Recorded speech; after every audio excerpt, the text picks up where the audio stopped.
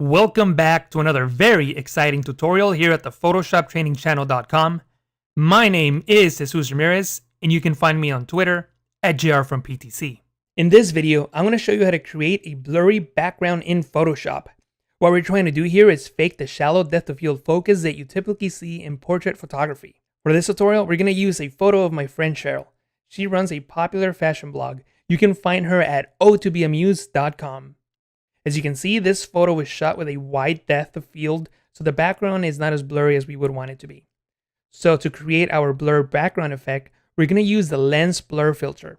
But first, we need to tell Photoshop what areas are going to be blurry and what areas are going to be in focus. You can use a simple selection to determine that, but I recommend using an alpha channel instead. It allows you to easily create more complex selections if your image requires it. This mask or alpha channel will be a depth map. It will allow us to blur the objects in the image exactly as we want to. Anything that is black will be treated as if it were in focus, and anything that is white will be treated as if it were out of focus. And obviously the grays will be different levels of focus. So we're going to use this photo of Cheryl, and we first have to determine what's going to be in focus and what's going to be out of focus. So we're going to use the alpha channel, which is pretty much the same thing as a mask. Black hides, white reveals. In this case, black is going to keep things in focus, and white will make things out of focus. So we first need to make a selection out of Cheryl since she will be in focus. I'm going to use the quick selection tool, and I just want to mention that I'm going to make a really quick selection here, but I want you to take your time on your image since selections are really important when using the lens blur filter. So I'm just going to quickly make a selection around her. And as you can see, I'm not taking too much time, but I'm not doing that bad of a job. Hold Alt, Option on the Mac, click and drag to deselect the areas that you accidentally selected, like in between her arms here. And I'm going to zoom in just to show you something. I couldn't get the ring here, and it might be a little hard using the quick selection tool. So you can use the Q key on the keyboard for the quick mask mode. With the brush tool, you can paint with black to deselect and paint with white to select. So I'm using the bracket keys now to adjust the size of the brush. And currently my foreground color is black, so when I paint, I deselect.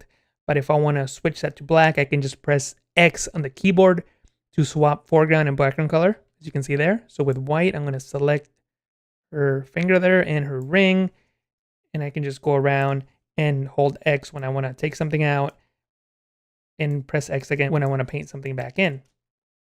So as I mentioned earlier, I'm not going to take too much time on the selection just because I want to keep this tutorial short and I want to show you what you came here to see.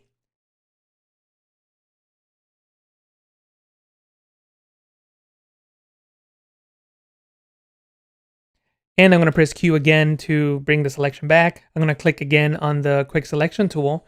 And in the options bar, with the selection still active, I'm going to click on Refine Edge. That's going to bring up the Refine Edge window.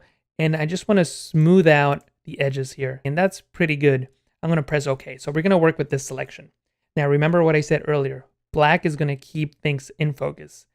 And I'm going to build my depth map by using regular layers. In this case, I'm going to use a solid. So I'm going to go into the new adjustment layer icon and select solid color. And I'm going to use black. And I'm going to press OK. Now I'm going to create a mask that's going to allow me to keep my foreground in focus and my background out of focus. So I'm going to use a gradient for that. I'm going to click on this icon here and make sure that I'm using my default gradients. So I'm going to click on Reset Gradients and press OK. So I'm going to use black to white. And remember, black is going to keep things in focus. So Cheryl's standing right about here. So I want to keep things in focus there. And I'm going to gradually blur the background until we get to the background here where everything should be blurry. So I'm going to make one quick adjustment. I'm just going to drag this to the left a little bit just to blur this area a little bit faster, like right about there. And then I'm going to press OK, and I'm going to press OK one more time. Then I'm going to click and drag this down below the shape there that created her body. And I'm actually going to select both of these now by holding Shift and clicking on both, pressing Control G, Command G on the Mac to put those into a group. Now that we have that in a group, I'm going to click on the Channels panel. And it doesn't matter what channel we click on, they're all the same. Duplicate any one of those. So click on it, drag it over into the new channel icon here at the bottom, and you can rename it whatever you want. So we'll just call this one Depth Map Cheryl. And go back into the RGB by clicking on the RGB here on top, click on layers, and disable the group. Now we're gonna work on creating the actual blur. This filter is destructive, so you always wanna work on a duplicate of the original layer. Press Ctrl J, Command J on the Mac. Then go into Filter, Blur, Lens Blur, and we're gonna blur the image. First, make sure that you have preview enabled so we can see the changes that we're making as we go along. Then, under Depth Map, choose the alpha channel that we just created, Depth Map Cheryl. Notice what happens. Immediately, Cheryl is in focus and the background is out of focus. Notice the ground is in focus where she's standing and is gradually getting out of focus the further back that we recede into the image, which creates a very realistic effect. Now, I do realize that this is not 100% accurate in terms of how a lens would represent depth of field, but for this tutorial, I wanted to maintain a simple mask so that I can explain how the filter works. But once you've mastered the filter, feel free to adjust the mask accordingly so that it matches a realistic lens more accurately. So back on the lens blur filter, you'll notice that one thing has changed, the cursor. Notice how it's now a crosshair. So if I click on the background, notice that the background is now in focus and it gradually gets out of focus. And I can click on Cheryl and now she'll be in focus and it will gradually be out of focus. Now we don't really need to worry about that too much because we created the depth map knowing that she was going to be in focus. I'm just mentioning it just in case you accidentally click somewhere on the image and you invert the focus. So click on her so she stays in focus. But you don't need to worry about that as long as you create the accurate depth map. And I just want to point out that the controls under the iris label are all controls that try to mimic a real camera. For example, the shape, which is sort of like the aperture opening for the lens. The lower the number, the less blur there is, and the higher the number, the more blur there will be. Then we have the radius. This is the amount of blur that the filter is going to create. You can also think of it as the lens aperture. So if I bring this down, you will see that there's less blur in the background. If I bring this up, the background will be more blurry. So adjust that accordingly. So in my case, maybe somewhere there. Blade curvature and rotation don't make that big of a difference, and you can slide those around. But as I mentioned, the change is not that dramatic. Then we have the specular highlights, and this will help you create the bokeh effect. If I bring the brightness up and bring the threshold down a little bit, you'll see this area here get brighter. This is probably not the best image to show you the bokeh effect, but in a different image, you would get that effect. Also, you have noise. With the blurs, you remove any noise or film grain. This helps you add it back in. I'm gonna just increase that all the way just so you can see how that works. If you uncheck this, then you get noise with color. In this case, the original photo didn't have any noise with color, so I would leave that checked to monochromatic. And by the way, I'm gonna hold Alt, Option on the Mac, to turn the cancel button into a reset button and reset the settings. And we're all looking at the same thing. So I'm gonna go back into Source, select Depth Map Cheryl, and I'm going to increase the radius to blur the background even more. And I'm going to add just a little bit of noise. So I'm going to click on here and just tap the up key on the keyboard just once, just to add a tiny bit of noise. Then I'm going to press OK. So this is before and this is after. Now you might be thinking at this point, this is a lot of work. Why don't you just duplicate the layer, go to Filter, Blur, Lens Blur. Don't even worry about the depth map. Simply blur the whole thing and make a selection around Cheryl and mask that out. And actually, let me invert the selection so you can see why. Control-I, Command-I on the Mac. Notice that ghosting effect that we get. That's why that filter is so important. The filter doesn't allow the things inside of that selection to become blurred, and you avoid getting this ghosting effect. So that's the difference with the filter and the depth map and without. So that's one of the reasons why I went to the trouble of creating that depth map.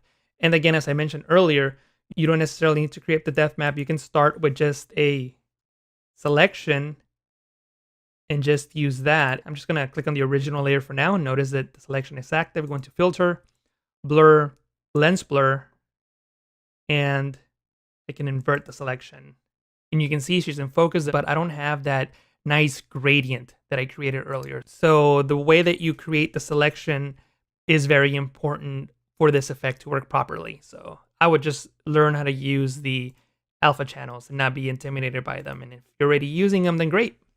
Now at this point, what I'm going to do is I'm just going to fit this to screen so we can see everything. And I'm going to quickly show you how to create that glow effect that's really popular in portrait photography. So I'm just going to click on the top layer here, add a new layer. With the brush selected, I'm going to increase the size of the brush by tapping on the right bracket key on the keyboard, switching from black to white as my foreground, and just tapping in the middle ones like so. I'm going to press Ctrl J, Command J on the Mac to duplicate that layer, press Ctrl T, Command T to transform, and scale that way up. And actually, I'm going to zoom out since I want to scale it even further. Maybe something like that. Then create a new hue and saturation adjustment layer and click on colorize. But I only want this effect to affect the layer we just created there at the bottom. So I'm going to click on this icon here to create a clipping mask. Then I'm going to choose a yellow color. I know you really can't see it there, so I'm going to bring down the lightness and increase the saturation. And it's not looking very good right now. And that's because this layer here, and I'm going to call this outer glow, by the way, outer glow. That's because the outer glow and the center glow need to have a different blend mode. So I'm going to select both of them while holding shift and clicking and switching it over to linear dodge add. And now I can come in here and adjust the lightness and the saturation and the color. Maybe something like that. I can hold shift, click on the top layer, hold shift and click on the bottom, press Ctrl G, Command G on the Mac to put those into a group. And I can press V on the keyboard, click and drag to move and put that somewhere out here maybe. And I can adjust the fill to control the brightness of that glow. One thing I may want to do is above the Cheryl copy, I can create a new layer, go to gradient map, click on this icon here and go to photographic toning and press OK. And you can select one of these gold ones here, maybe this one here, and change the blend mode to soft light. Bring the opacity down and start dragging it up until you get to an area that you're happy with. So maybe something like that. At this point, I'm going to zoom in just so we could see what's going on. I'm going to put all these effects into one layer. So we have the glow, the gradient overlay, and the blur. So select all of them, press Ctrl G, Command G on the Mac to put those into a group. So that's before, and that's after. And one quick last thing that I want to mention before we finish that I just remembered. On the Cheryl copy here, I'm going to zoom in, and if there's jagged edges there, that's because your mask is not as good as it could have been. So you can go back and make adjustments to your mask, or you can use something like the blur tool here to create the blur on the edges. But to be frank with you, you probably want to create a better selection to start with. And that's it for this tutorial. I hope that you enjoyed it and that you learned something new. If you have any comments or questions, leave them down below. If you enjoyed the tutorial, don't forget to click that like button and share this video with a friend. If you haven't already, subscribe to the Photoshop Training channel now. Thank you for watching, and I'll talk to you again soon.